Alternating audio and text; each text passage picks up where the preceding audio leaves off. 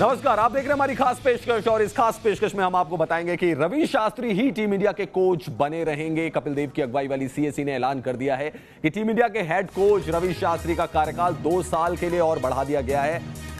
यानी कि रवि शास्त्री ही 2021 टी20 world cup तक भारतीय टीम के हेड कोच रहेंगे। रवि शास्त्री का कार्यकाल वैसे तो वर्ल्ड कप 2019 तक था, लेकिन 45 दिन का एक्सटेंशन दिया गया था उनको वेस्टइंडीज दौरे तक, और अब आज कपिल देव ने इस बात का ऐलान कर दिया कि अगले 2 साल तक भी रवि शास्त्री ही टीम इंडिया के हेड कोच रहेंगे। यानी कि विराट और रवि शास्त्री की जो जुगलबंदी है वो अगले 2 साल तक नजर आएगी। तो 2017 में जब भारतीय टीम चैंपियंस ट्रॉफी में हार गई थी, अनिल कुंबले को हटाया गया था और उसके बाद रवि शास्त्री टीम इंडिया के हेड कोच बने थे। और अब यह फैसला लिया गया है कि रवि शास्त्री ही अगले 2 सालों तक भारतीय क्रिकेट टीम के हेड कोच बने रहेंगे। 2 सालों में भारत को 2 टी20 वर्ल्ड कप खेलने, 2020 का ऑस्ट्रेलिया में और 2021 का भारत में। और अगर कार्यकाल की बात की जाए तो ऑस्ट्रेलिया में भारत ने सीरीज जीती थी, टेस्ट सीरीज जीती थी पहली बार। ये एक बड़ी अचीवमेंट बताई थी रवि शास्त्री ने। और उसके बाद लेकिन वर्ल्ड कप में भारत को हार का सामना करना पड़ा न्यूजीलैंड से, जिसके बाद बड़ी किरकिरी भी हुई थी। हमारे साथ हमारे क्रिकेट एक्सपर्ट मनिंदर सिंह भी बने हुए। मनी सर, 6 लोगों की एप्लीकेशन आई थी, फिल सिमंस ने अपनी एप्लीकेशन वापस ले ली थी, 5 कंटेंडर्स रह गए थे और एक ही दिन में आपको रिजल्ट भी देना था और फाइनली रिजल्ट यही निकल के आया कि रवि शास्त्री ही हेड कोच बने रहेंगे। तो ये खाली फॉर्मेलिटी थी या वाकई आपको लग रहा है कुछ प्रोसीजर अपनाया भी गया? नहीं, मुझे लगता है केवल फॉर्मेलिटी थी, क्योंकि देखिए कैप्टन ने भी जाने से पहले ये कहा था कि उनको कंफर्टेबल रहेगा अगर रवि शास्त्री कोच बने रहते हैं, और इन चीज़ों के ऊपर ध्यान दिया जाता है। क्योंकि विराट कोहली ने जो क्रिकेट के लिए किया है, इंडियन क्रिकेट के लिए किया है, जिस तरह से उन्होंने परफॉर्मेंसेस की हैं, जिस तरह से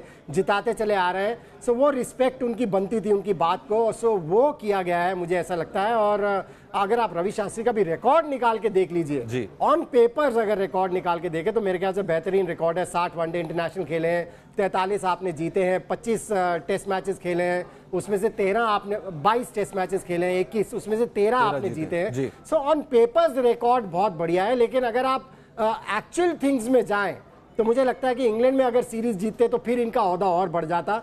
साउथ अफ्रीका में भी सीरीज जीत सकते थे, लेकिन क्या हो गया, बैकफुट पर चले गए। लेकिन इन चीजों को ध्यान में नहीं रखा गया। मुझे ऐसा लगता है कि जो ऑन पेपर्स रिकॉर्ड थे उनको ध्यान में रखा गया, लेकिन जो कैप्टन की मांग थी उसकी तरफ ज्यादा ध्यान दिया गया, उसकी तरफ ज्यादा तवज्जो दिया गया। और अंशुमन गायकवाड़, कपिल देव, ये दोनों खेले हैं रवि शास्त्री के साथ, जानते हैं कि ये मेंटली कितने स्ट्रांग है। लेकिन ये जितने मेंटली स्ट्रांग खेलते टाइम थे या कमेंट्री के टाइम थे, कोचिंग के टाइम ये उतने स्ट्रांग नहीं रहे डिसीजन मेकिंग में, अदरवाइज रिजल्ट इससे बेहतर हो सकते। चलिए, सीएससी ने क्या बात कही और क्या कहा उन्होंने, क्या तर्क थे रवि शास्त्री के समर्थन में जो 2 साल उनको और एक्सटेंशन दिया गया, वो आपको सुनवाते हैं।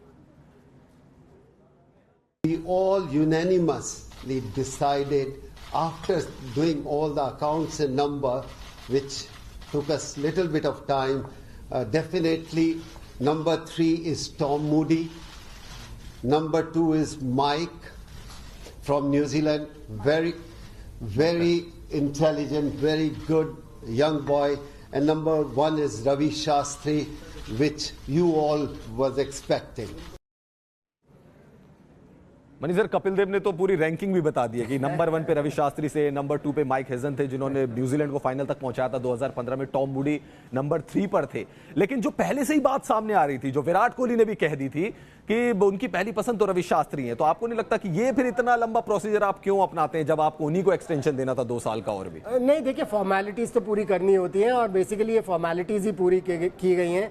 ये एक चीज़ देखनी बहुत ज़रूरी है, क्योंकि कपिल देव भी कैप्टन रह चुके हैं इंडियन टीम के, और उनको एक चीज़ पता है कि अगर वो कोई कोच साथ में है जिसके साथ वो कंफर्टेबल महसूस करते हैं तो आप बेहतर रिजल्ट्स दे सकते हैं। और शायद यही वजह है, ये सबसे बड़ी वजह रही होगी जिसकी वजह से रवि शास्त्री को दोबारा से कोचिंग का भार दिया गया है 2021 वर्ल्ड कप तक। मैं उम्मीद करूंगा कि रवि शास्त्री, जिस तरह से हम खेलते टाइम उनको देखते थे, मेंटली कितने स्ट्रांग थे, बड़े कैडे डिसीजंस लिया करते थे और मैदान के ऊपर भी लड़ते थे, वो चीज मैं देखना चाहूंगा उनकी कोचिंग में भी। क्योंकि आगे आने वाले टाइम में अभी 2 टी20 वर्ल्ड कप होने हैं, हम चाहेंगे कि इन 2 में से कम एक तो जिता के जाएं इंडियन टीम को। अगर रवि शास्त्री जो प्लेयर थे वैसे ही कोच रहे होते तो इंडियन टीम सेमीफाइनल में भी हारती ना वर्ल्ड कप। जी हाँ, बड़े डिसीजन को लेकर क्योंकि बड़े सवाल उठते हैं शास्त्री और विराट कोहली के कॉम्बिनेशन को लेकर। लेकिन और क्या तर्क दिए जा रहे हैं विराट को लेकर, क्या कुछ कहा गया है, वो आपको सुनवाते हैं। बिल्कुल नहीं। अगर उनकी राय लेते तो पूरी टीम की राय लेते। हमने नहीं पूछा किसी से, क्योंकि हमारे पास वो सुविधा नहीं थी। मनिंदर सर, कपिल देव तो साफ कह रहे हैं कि उनकी राय नहीं ली गई विराट कोहली की, और अगर राय लेनी थी तो कह रहे पूरी टीम की राय ली जाती, लेकिन राय नहीं ली गई। राय नहीं ली गई, इसमें तो कोई शक की बात नहीं है। मैं मान सकता हूं जो कपिल देव कह रहे हो वो बिल्कुल सही होगा, लेकिन विराट कोहली ने जाने से पहले जो शुगुफा छोड़ दिया था कि मैं चाहूंगा कि रवि शास्त्री टीम के कोच बने रहे क्योंकि उनके साथ हम कंफर्टेबल महसूस करते हैं, सो उस चीज़ की तरफ तवज्जो ज़्यादा दिया गया है, जिसकी वजह से शास्त्री जी अभी भी टीम इंडिया के कोच बने हुए हैं, क्योंकि ये बड़ा ज़रूरी है कि कैप्टन किसके साथ कंफर्टेबल है, टीम किसके साथ कंफर्टेबल है, और वो स्पष्ट कर दिया था विराट कोहली ने इस टूर पे, वेस्ट इंडीज के टूर पे जाने से पहले। जी हाँ, बिल्कुल। लेकिन एक नजर डाल लेते हैं रवि शास्त्री का करियर कैसा रहा है भारतीय क्रिकेट टीम के साथ, खासकर 2017 के बाद जब उनको हेड कोच बनाया गया। वैसे कई जिम्मेदारी वो पहले भी संभाल चुके थे। 2007 में जब भारतीय टीम 50 ओवर वर्ल्ड कप के पहले राउंड में बाहर हुई थी तो उन्हें मैनेजर बना के भेजा गया था। 2015 वर्ल्ड कप याद आ रहा है, जब डंकन फ्लेचर भारत के कोच थे तो उन्हें डायरेक्टर बना दिया गया था। अब वो हेड कोच है। एक प्रोफाइल पर नजर डालते हैं क्या कुछ रहा है रवि शास्त्री के साथ टीम इंडिया का कनेक्शन और किस तरीके से उनका कार्यकाल रहा है।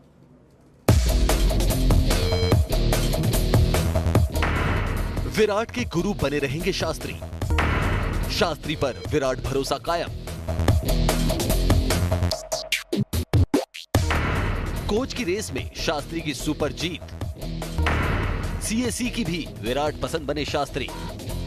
भारतीय क्रिकेट में इस वक्त विराट युग चल रहा है, जिसमें कोहली जो चाहते हैं वही होता है, और टीम इंडिया के नए कोच के मामले में भी एक बार फिर से यही बात साबित हो गई है, क्योंकि कपिल देव की अगुवाई वाली सीएसी ने भी विराट शास्त्री की जोड़ी पर ही भरोसा जताया है। और साल 2017 की तरह ही इस बार भी विराट की पसंद माने जाने वाले मौजूदा कोच रवि शास्त्री ने कोच की रेस में सबको पीछे छोड़ते हुए जीत हासिल कर ली है। रवि शास्त्री दूसरी बार इंडिया के हेड कोच बन गए हैं। शास्त्री के कार्यकाल को 2 साल के लिए बढ़ाया गया है। कोच की रेस में शास्त्री ने ऑस्ट्रेलिया के मूडी, न्यूजीलैंड के हेजन और लालचंद राजपूत जैसे दावेदारों को पीछे छोड़ा। रवि शास्त्री को पहली बार जुलाई 2017 में अनिल कुंबले की जगह टीम इंडिया का कोच बनाया गया था, और उसके बाद से शास्त्री और विराट की जोड़ी का प्रदर्शन अच्छा रहा। लेकिन विराट और शास्त्री मिलकर जब टीम इंडिया को वर्ल्ड चैंपियन नहीं बना पाए तो उसके बाद से कप्तान और कोच दोनों को बदलने की मांग उठने लगी थी।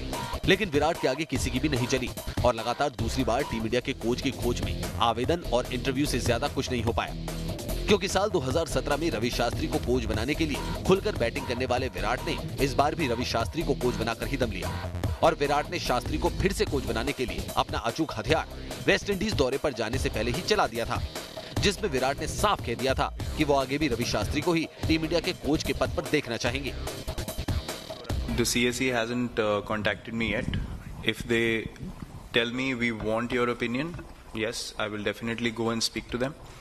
And with Ravi bhai, all of us have a great camaraderie. Everyone in the team shares mutual respect, and we've done really well together as a group. So yeah, we would definitely be very happy if he's continuing as the coach.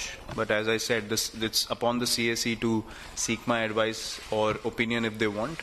Right now, I haven't been contacted at all at the moment, and I don't know what's going to happen with the process, and that's where it stands.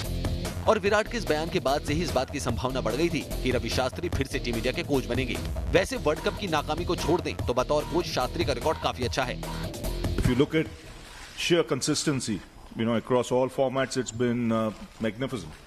And we live and we learn.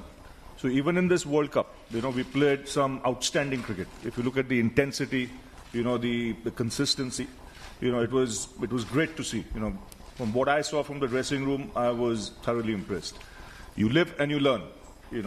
We will learn a lot from those 30 minutes, on the second day against New Zealand. And that's what you live for and you play sport for. So if you look at the 18 months, we've had a great run in Test cricket. Okay, we've had a very, very good run in one-day cricket as well. I mean, you're in the top 2. You're number 1 in the world in Test matches. You're number 2 in the one-day game, and you're not far from 2 or 1 or 3 in the T20 game. So, I mean, you can't ask for more. Yes, if you had won the World Cup, that would have been the icing on the cake, but you can't take away nothing from the boys the way they performed in those 18. Shastri के कार्यकाल में team India को 21 में से 11 test में जीत और 60 test में हार मिली है। तो वनडे में 63 में से 45 मैच में शास्त्री टीम इंडिया को जीत दिलाने में कामयाब रहे। वहीं T20 में 37 में से 25 मैच में भारत को जीत मिली है, जिसमें ऑस्ट्रेलिया में पहली बार टेस्ट सीरीज जीत शास्त्री के कार्यकाल की सबसे बड़ी कामयाबी है, तो वहीं वर्ल्ड कप की हार रवि शास्त्री की कोचिंग की सबसे बड़ी नाकामी भी है। इसके अलावा इंग्लैंड और दक्षिण अफ्रीका में भी टेस्ट सीरीज नहीं जिता पाए थे शास्त्री। ऐसे में रवि शास्त्री को इस बार नई सोच के साथ आगे बढ़ना होगा, क्योंकि शास्त्री फिर से टीम इंडिया के कोच तो बन गए हैं, लेकिन उनकी चुनौती इस बार भी आसान नहीं रहने वाली। शास्त्री के लिए इस बार सबसे बड़ा चैलेंज 2020 T20 वर्ल्ड कप में जीत दिलाने का है। इसके अलावा टेस्ट और वनडे चैंपियनशिप की भी चुनौती रहेगी। उम्मीद यही है कि टीम इंडिया के लिए बतौर कोच शास्त्री की सेकंड इनिंग शानदार रहेगी और शास्त्री विराट की जोड़ी T20 वर्ल्ड कप जीत दिलाने के साथ साथ टीम इंडिया को टॉप पर भी पहुंचाएंगे। Sports desk, news nation. Money sir, मेरा एक बड़ा टेक्निकल सवाल है और मेरे मन में ये सवाल इसलिए उठ रहा है क्योंकि 2023 में आपको 50 ओवर का वर्ल्ड कप खेलना है भारत में। अगर आपने रवि शास्त्री को एक्सटेंशन दिया है 2021 तक का और खुदा ना खास्ता बाद में आपको लगता है कि वो ठीक है, इस जॉब के लिए नहीं है, 4 साल का उनका एक्सटेंशन हो गया है, तो फिर क्या आप 2021 में एक नया कोच लेकर आएंगे और फिर 2 साल के लिए उनको करेंगे, या फिर रवि शास्त्री उनको 6 साल तक के लिए कोचिंग का टेन्योर दिया जाएगा? देखें, अगर अच्छा करते हैं तो 6 साल रहे, उससे ज्यादा भी रह सकते हैं, लेकिन अच्छा करते रहना बहुत जरूरी है, कंसिस्टेंटली अच्छे करते रहना बहुत जरूरी है। और जिस तरह के आपने रिकॉर्ड्स दिखाए ऑन पेपर्स, अगर रिकॉर्ड देखे, जो कि बात मैं पहले भी कह चुका हूं, तो बेहतरीन रिकॉर्ड है। लेकिन जब क्रंच सिचुएशन आती है उस समय उनका रिकॉर्ड इतना अच्छा नहीं है जितना कि वो जब खेलते थे उस टाइम उनका रिकॉर्ड रहता था, जिस तरह से वो लड़ते थे मैदान के ऊपर। सो वो डिसीजन मेकिंग जो है उसमें थोड़ा सा कड़ा होना पड़ेगा रवि शास्त्री को, क्योंकि ये कह देना कि मैं खिलाड़ियों के साथ कॉर्डियल रिलेशन लेके चलता हूं, वो मेरे ख्याल से नहीं चलता है। क्योंकि आपको हर खिलाड़ी को, ये मैन मैनेजमेंट है, इंडियन टीम की कोचिंग करना मैन मैनेजमेंट है। अगर आपके खिलाड़ी जैसे पंत हैं, अगर वो अच्छा प्रदर्शन नहीं कर पा रहे हैं तो इसमें कोच की भूमिका बहुत बड़ी होती है कि उनसे किस तरह से प्रदर्शन कराया जाए, क्योंकि वो कैसे खिलाड़ी हैं जो गेम चेंजर है और आने वाले टाइम में मुझे लगता है इंडियन क्रिकेट के हीरो होने वाले हैं। सो ये अगले 2 साल में काफी कुछ साफ हो जाएगा, किस तरह से शास्त्री हैंडल करते हैं और किस तरह से टैलेंट को भी पिक करते हैं। जी हाँ, बिल्कुल। और इस वक्त तो देखा जाए तो अब वेस्टइंडीज के खिलाफ भारत को टेस्ट सीरीज खेलनी है और वो वर्ल्ड टेस्ट चैंपियनशिप का हिस्सा होगी ये वाली टेस्ट सीरीज। तो जो 2021 में फाइनल होना, उसकी भी तैयारी रवि शास्त्री को ही करवानी है। चलिए, बात हम वेस्टइंडीज दौरे की कर रहे हैं और वेस्टइंडीज दौरे में हमने देखा कि श्रेयस अय्यर के बल्ले से जबरदस्त पारियां निकली। श्रेयस अय्यर पे भरोसा विराट कोहली ने जताया है, तो क्यों नहीं श्रेयस अय्यर को नंबर 4 के लिए फिट किया जाए, जैसा कि सुनील गावस्कर भी काफी पहले कह चुके हैं। और ऋषभ पंत, उनके बैटिंग ऑर्डर के बारे में भी शायद टीम इंडिया को सोचना होगा। देखिए रिपोर्ट। क्या अय्यर दूर करेंगे विराट टेंशन? क्या अय्यर बनेंगे 4 के चैंपियन? अय्यर ने जीता, विराट भरोसा। क्या नंबर 4 पर पंत की जगह लेंगे अय्यर? वेस्टइंडीज के खिलाफ वनडे सीरीज की 2 पारी में श्रेयस अय्यर ने जहां 68 की बेहतरीन औसत से 136 रन बनाए, वहीं ऋषभ पंत 3 मैच की 2 पारियों में 10 की औसत से सिर्फ 20 रन ही बना सके। Shreyas has really come along really well, and he's just stepped in and played with a lot of confidence, and I think that augurs really well for the team. And as I said at the post-match, that he's presented a strong case for himself to be a strong contender and a regular feature in the middle order if he keeps continuing to play like that and take responsibility in that manner. And you know, both times he was batting with me, I've been around for a while, and he wasn't intimidated at all. He was very confident, very, very sure of his game. So I think that's great to see, and hopefully, as I said, he builds on to this and you know, keeps performing like this for the team. मेरे नजरिए से महेंद्र सिंह धोनी की तरह ऋषभ पंत 5वें या 6ठे number पर finisher के role में ज्यादा फिट होंगे, क्योंकि पंत उसी स्थान पर अपना नेचुरल गेम खेल सकते हैं, जबकि नंबर 4 पर श्रेयस अय्यर को भेजा जाना चाहिए, क्योंकि वो शांति के साथ खेलकर स्कोरबोर्ड को आगे बढ़ा सकते हैं। ऋषभ पंत अभी तक इस तरह का कंपोजर नहीं दिखा पाए हैं। वेस्टइंडीज के खिलाफ दूसरे वनडे में श्रेयस अय्यर ने नंबर 5 पर बल्लेबाजी करते हुए 68 गेंदों पर 71 रन की दमदार पारी खेली थी, जबकि इस मैच में नंबर 4 पर बैटिंग करने उतरे ऋषभ पंत 35 गेंद खेलकर सिर्फ 20 रन ही बना सके थे। इसी तरह से वेस्टइंडीज के खिलाफ तीसरे वनडे में भी अय्यर ने 41 गेंदों पर धमाकेदार 65 रन बनाए थे, जबकि इस मैच में ऋषभ पंत अपना खाता भी नहीं खोल सके और पहली गेंद पर आउट हो गए थे। वर्ल्ड कप सेमीफाइनल में पंत के बल्ले से 56 गेंदों पर 32 रन निकले थे, जबकि वर्ल्ड कप में खेले 4 मैच में पंत नंबर 4 पर बैटिंग करते हुए 29 की औसत से सिर्फ 116 रन बना पाए थे।